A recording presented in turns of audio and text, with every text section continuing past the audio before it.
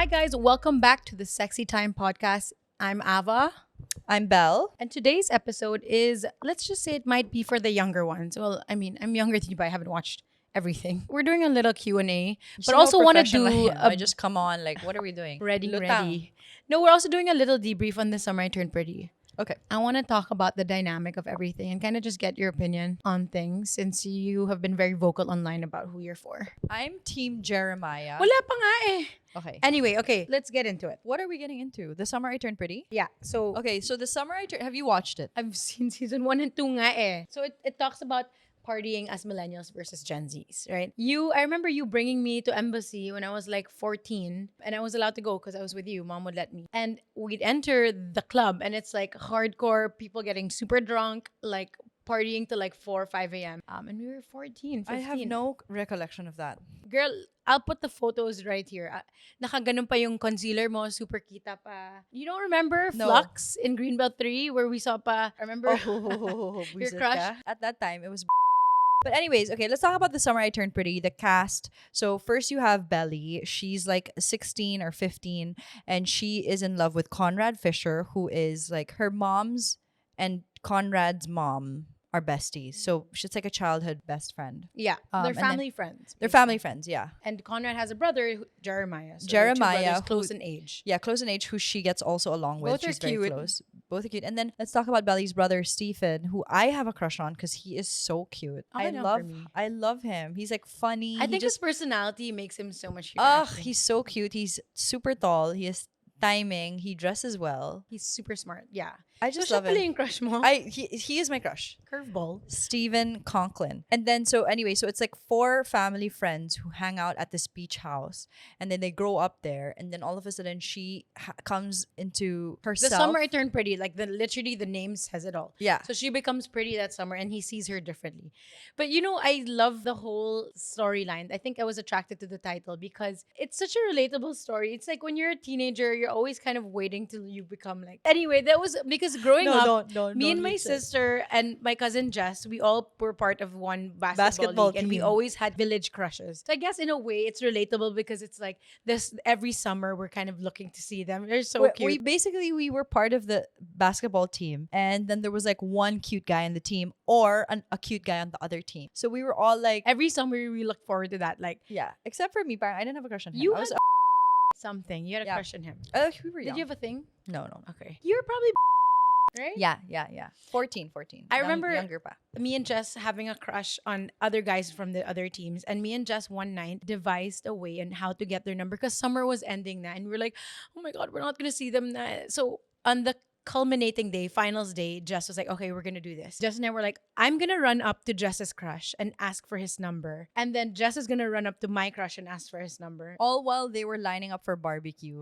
Yeah. And you know, like Super when you're smoky. playing basketball, kasi, Ma'am. and then it's like the village park. Tapos may nagbebenta ng barbecue, and you're like, ate dalawa. I'm like, hi, I'm gonna ask you for my friend. Wait, not all. And then you get soda. So they bottle or plastic. So plastic. So they put in the plastic, and you're like, you have your barbecue and you have your Sprite in the plastic with It's a too straw. descriptive. But wait, I'm gonna admit something. I didn't want Jess to say that it was for me, so I had her come up with a name. A girl named Leia Castañeda. This is so vivid in my head. So Jess goes up and she's like, I have a friend who really likes you. Can I get your number? Her name's Leia Castañeda.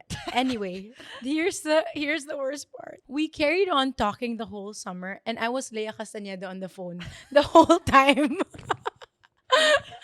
I hope he never hears this podcast. How but did you break from that? I never did. We just stopped talking after like months of talking together. Eh, syempre, You're, when you're you're the that age, original catfish. yeah. I want to tell him now. So we had a cousin who was in a relationship with someone, but they would only be on the phone. You know those days back in like late 90s or early 2000s? There were no mobile phones or video calls or anything. So when you liked somebody, it was like calling their house. Oh my And you do God. telebabad That's in so the house. brave to have to do Anyways, that. That this- was that day. I Okay, was so using this- the landline. So she would be Ganun calling pa. with this person, and her mom would answer, and then she'd be like talking for 1 or 2 hours, and then finally her mom would be like, "You're not talking to a guy, you're talking to another girl." And then she got so mad, and then in the end, she found out actually that she was being like scammed. oh my gosh. Yeah. Wait, I didn't know this Yeah. story. But wait, why? What was the scammer doing? She I mean, just it wasn't wanted a really scam. Like relationship. she basically was not honest about her gender, and she made our cousin her girlfriend, and our cousin thought she was a boy. She was like a 15-year-old or Catfishing is so 16-year-old boy. scary. Scams. And it's almost hard to believe. Sorry, this is going off topic, but I was watching a Netflix documentary out now about the ultimate catfishing documentary. Did you see it? The NFL player. No, it's this girl who lives in this really small town in the US, and she has this boyfriend, and then all of a sudden before in their Halloween party, the day of the Halloween, she comes home and she started getting this text like, you're not meant for this guy. Let's say his name's Jay. Like, you're not meant for Jay, like you should split up with him. And it started to harass her. It would be like, you're really fucking ugly, you're so stupid, to the point like you should stuff, you should and it went on for like months, actually years even. It even harassed the boyfriend. Goes on this whole long story, and in the end, it turns out, spoiler alert, it's the mom, her mom. Oh yeah. Did you watch that? Oh my god, it's awful. It's so bad because the mom can't even explain herself. Yeah. She was like, I just found myself like I couldn't get out of it. And the mom says she really loves her daughter. No. Yeah. In fact, when the police came, they tracked the IP address after a long time. They're like, it goes back to her mom. And then they came to the house of the mom to be like, we were able to track it to you. I saw the video of when they caught it. The mom was like hugging her daughter, crying. Yeah, like she was and the daughter couldn't believe it, but still forgave her. She was still hugging her mom. And the dad was like, who did I marry? Anyway, She split from the dad. now because the dad was like, you can be living with someone and actually not know anything about them. So And basically, for those listening, it's a Netflix. documentary. It's you high check? school. What is No, it it's called? called like High School Catfish or something. The high school catfish. And the girl was being bullied super bad. super bad. She was by, getting and they were, and, anxiety. yeah, really. I mean, and she knew intimate things about her schedule and stuff. So she was so paranoid. Yeah. After 2 years of yourself, I hope you investigation, yeah, yourself, like- she was forcing her daughter to do that, to unalive herself. Then after 2 years, it came back to the mom. But here's the thing: the mom in the documentary, she doesn't really admit that it was wrong. No, she said like we all have made mistakes. I'm like, girl, iba yung mistake na yung ganon. Like, yeah, that's like criminal. that's a different type of mistake, and It's not a mistake. It's it's addiction. it's or so something. I bad don't because know. on TikTok people have super turned her into like a meme and kind of copy her. But anyway, that's a whole Other other thing. thing. But catfishing, that's Yeah. that's a whole Okay, topic so in we itself. have we should Digress. going back to The Summer I Turned Pretty. Season 1, so you kind of fall in love with all these characters, and then Belly is this like at Super first, relatable. relatable. Was she, like like, at first 13? she had glasses and then braces, and then all of a sudden she comes back and she's like this kind of woman coming into her own, and you just have these close-up shots of these two beautiful, gorgeous guys who are like falling in love with her. And it's a really cute dynamic because it's kind of cringy, but once you get over the cringe, you're like, okay, I'm invested. I find it interesting too because they're brothers. Like one of the things I question there is like it's like they're brothers but they can't talk to each other. Like one of them really likes Belly but can't tell his brother. I mean, does that really happen? I feel like brothers are normally so close to be akin na yan, I don't know. That's a good question. We should get somebody that dated two brothers. Have we Cousins. have we ever dated the same? No, we've never. You've dated cousins. No, have we dated someone? No, because you feel like you're a different age. No, we also have different type. interests. Yeah, and interests. That's true. But Also, definitely, you would know like bro code, right? Isn't there like that unspoken rule? Like if yeah, but you like, sometimes like it doesn't matter. talaga ba? Anyway, yeah. So anyways, so that's season 1, and then Okay. you go to season 2, and parang she hooks up with Jeremiah, and then she hooks up with Conrad, and then she hooks up with Jeremiah, and then she hooks up with Conrad. Basically, season 1, 2, 3, she's like choosing between. Si Belly rin naman kasi. I'll She's give you the one- spoiler alert. I don't want to know it. I'm finishing it. I'll tell you. Okay, now. go. So she's about to marry Jeremiah. And Huh? yeah, she's about to marry Jeremiah. 'cause- Marry na? Yes, because then season 2 they're like in college and Yeah. whatever. And season 3 it's like the end of college, and she kind of I'm finds so out. happy she's marrying Jeremiah. So wait, so they're the perfect couple, but then she finds out that Jeremiah cheated on her because he was drunk and they fought one night. And he said we were on a break, kind of like Rachel and Ross from Friends. Okay. And then so she Wait, breaks he up with slept him. with someone or he slept kissed with someone. Okay. Yeah, he slept with someone. And then Oh, I'm so so they sad. break You just up. okay. And then after that, like they get back together because she forgives him because she said it's a mistake. We can move past this. So then they're rush planning this wedding. She's like 22. And on the day of the wedding, Conrad, Jeremiah's older brother, confesses his love to her, and she is just like, oh my God. I love you. No, she doesn't actually say it back to him. But she realizes she loves him. No, and then she goes to Jeremiah, and Jeremiah is like, the fact that you still parang, he's there. Yeah. It's so difficult for us to have something. And it's really, really sad. And then Yeah, I feel like I wouldn't be able to go through with something like that, knowing that if I were Jeremiah, knowing that secretly while I'm having dinner, baka they're playing footsie na pala under the table, No, that but type of yeah, thing. yeah. Ayoko yung ganon. That's why it gets so messy for them. So anyways, the point is like then Jeremiah, then she walks out, she leaves her wedding, and Jeremiah is like obviously heartbroken, and then Conrad does his own thing. He has this boding, like, that's why I say the OC, because Conrad reminds me of Ryan, right? And who's the other guy? Seth Cohen is like Stephen. Okay, yeah. Yeah, diba? And then the best friend Taylor is like Summer. Yeah. Which is, that's true. That's what's her true. name? Oh my gosh, that's What's true. the name? What's the name of Summer, the Taylor. actress? No, the actress. Rachel Bilson. Rachel Bilson, who by the way has a podcast about sex, right? Does she? I think so. I I love messaged her. her I on love her. Instagram and she replied. She's another like Leighton Meester for me, like Blair, the best friend of Serena. Yeah, I yeah, love yeah. that character. I always love. Why are you Team Jeremiah? Well, first of all, I find him more attractive. Like he's physically, I like that he has like, he's tall. He has like kind of curly hair. His eyes are so like aquamarine. yeah. And I like that he wears his heart in his sleeve. He's very open about what he likes. Yeah. Conrad. There are a lot of people that love Conrad. My whole household loves Conrad. I'm Team Jeremiah. Yeah. But you why? were influenced by me, right? No, I didn't even know you watched it. I just found him cute. He looks very god-like, right? Yeah, actually. Conrad, I think, is quite toxic because he can't really fight for her love. He's always like having these like inner struggles. He can't really communicate why he loves her. He doesn't really stand up for her, but he does.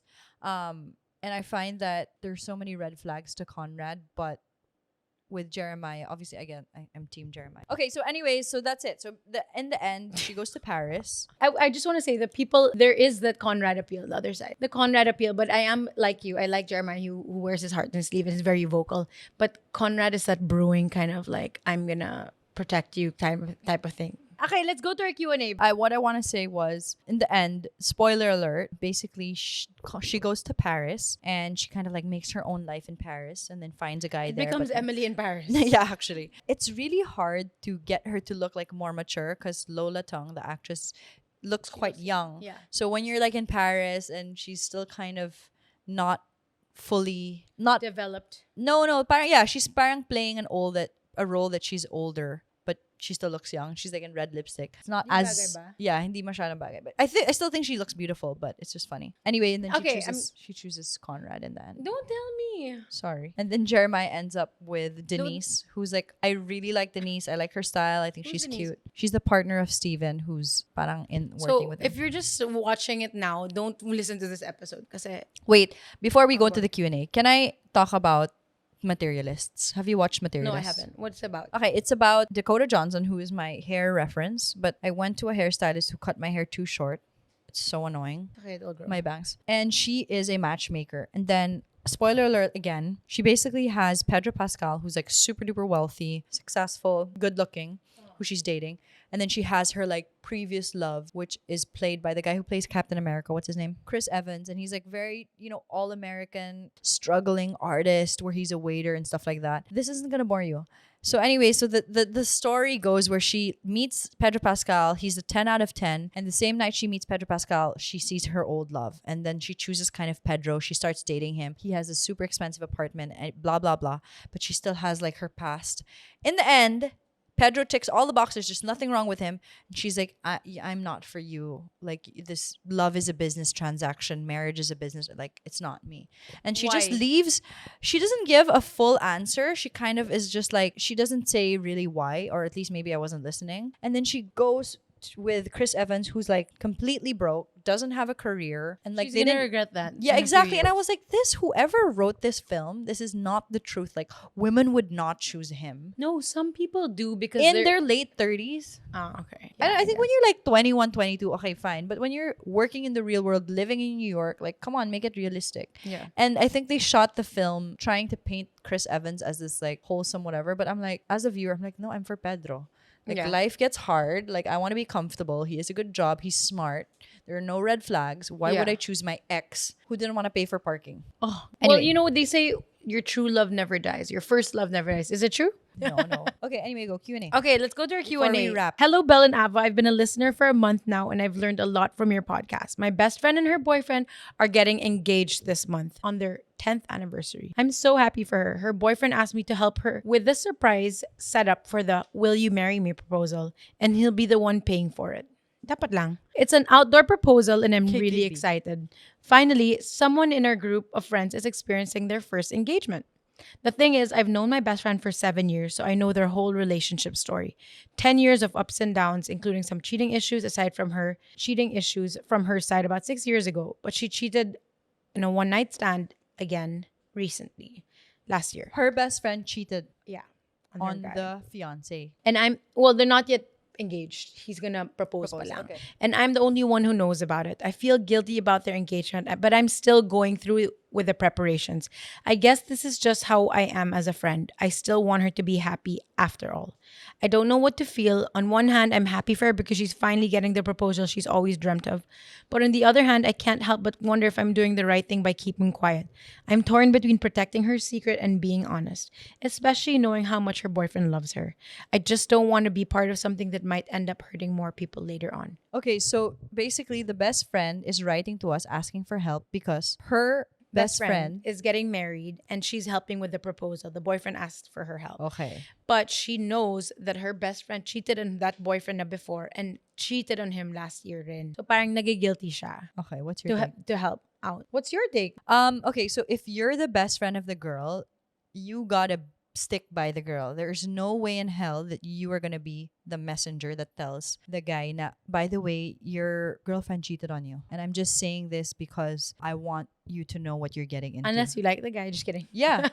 Or unless you're jealous of your best friend. So I mean, Sorry, does that mean? it is kind of mean, but Yeah, that's why if you're clear that you're doing this because you want everything to turn out for the better, don't be the one to tell the boyfriend. That's only gonna look like you're gonna look like the bad person. If you want, approach your best friend and be like, "Hey, remember this happened last year? Like, are you sure you don't want to bring it up with him?" But let her make that decision. I know it's nakaka-guilty to carry that like knowledge on your back. As a best friend, your duty is to keep that secret until you die. That is what a best friend does. Even if it's not the right thing to do, even if it doesn't align with your integrity and morals, that is your role as a best friend. Your role is not to correct her or nor is it to tell her future fiance that she cheated on you. That is not your role. Your role is to make her feel special and be her best friend and support her. Although I wanna commend you for wanting to do the right thing. I mean, some people have been put in that situation where they really want to do the right thing by revealing the truth. But And yun then it nga. bites him in the ass. But anyways, yeah. So basically you have to be a good friend. And if you want, if that's something that's bothering you, you should be like, hey, can we just talk like and then bring it up with her, but it's in no way your duty to reveal that secret. What do you guys think?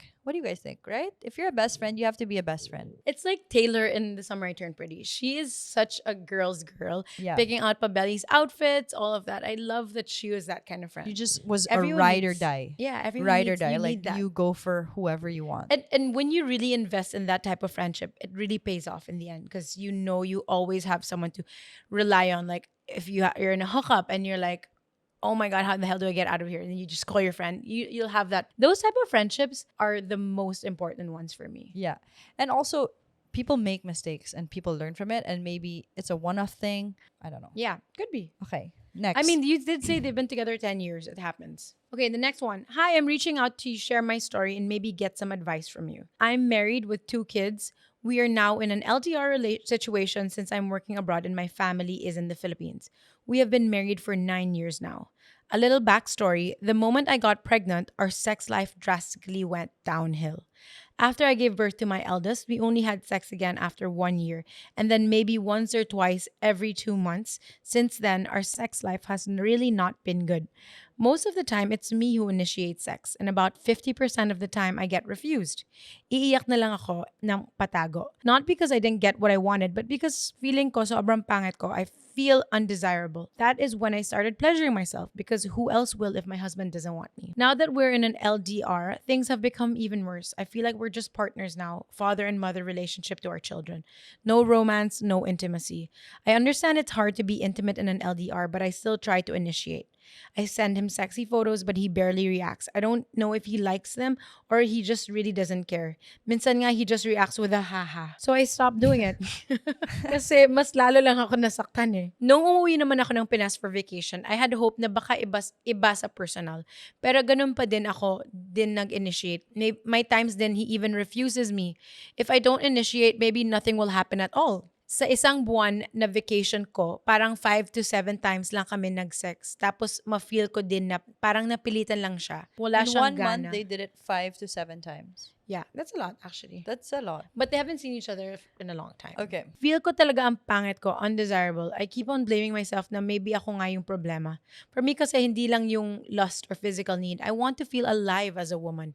To know that he still desires me and that I'm truly wanted.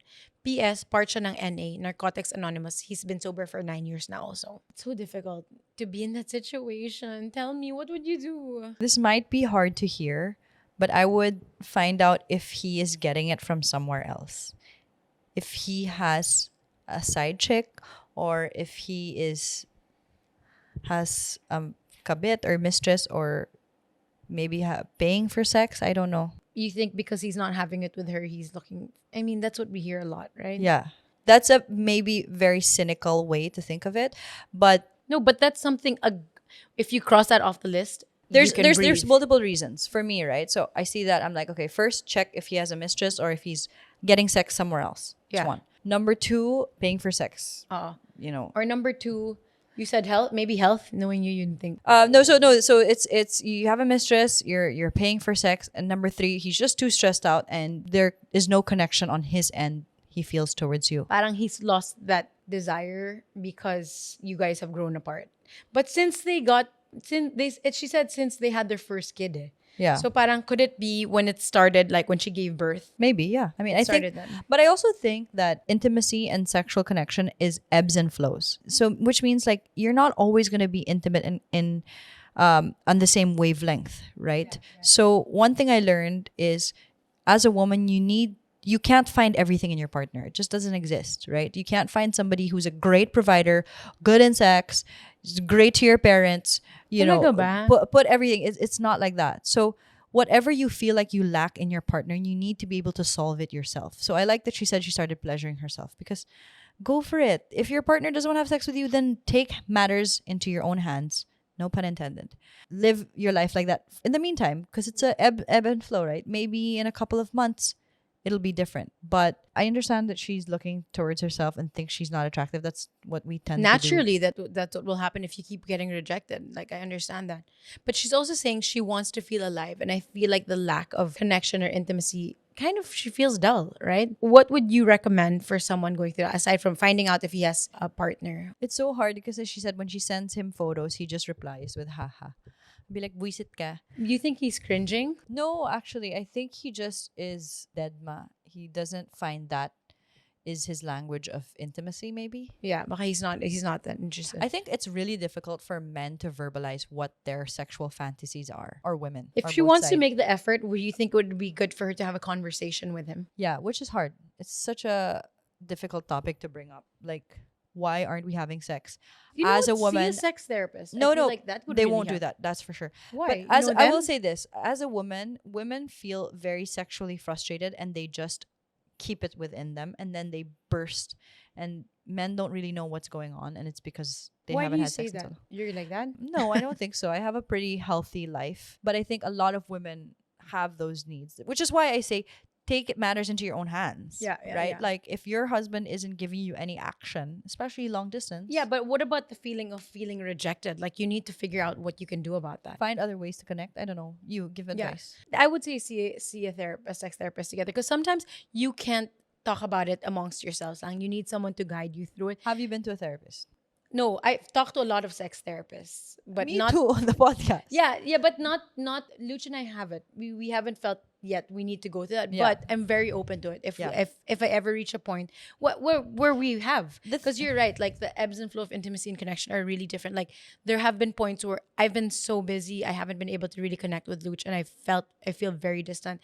And he himself, even if we live in the same house, and to the point where, like, should we see someone? And then it just so happened we were able to take a trip, and then we were able to talk about it. So sometimes you're not able to communicate easily, especially LDR na nga sila.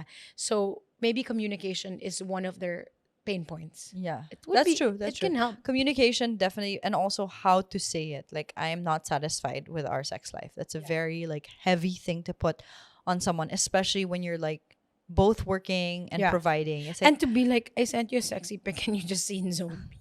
like Diba? that. It's like Oo. putting your ego down. And Going back to what Mara said, liking and commenting on people's photos, if that's a form of like love and intimacy and connection, it's important. You need to be able to make that effort. But again, this is very cynical of me. And because we've had the podcast for a couple of years, it's like he could be getting it from someone else. I know. And we say Especially that, that type of rejection. It's just, it's very, the way she describes it, it's very detailed. It's very like, you're coming on strong. He's your husband and he keeps rejecting you. There's something there. And the reason why I'm saying this, because one of my friends who found out that her husband was cheating on her, it was because like that. She would like offer to shower with him and he wasn't interested. Or she would like give him a blowjob when he'd wake up and he still wouldn't be interested. So she was like, there's something up. And then, yun na nga. I hate that. I hate that so much. Thanks for listening in, guys. Yeah. So next time we're gonna get a couple of guests who are gonna be interesting, but the topics are gonna be a bit heavier. I won't tell If you. they muna. confirm. If they can. Me? Yeah. I'm part of the production. Eh. Yeah. Okay. Okay, bye. Bye, guys.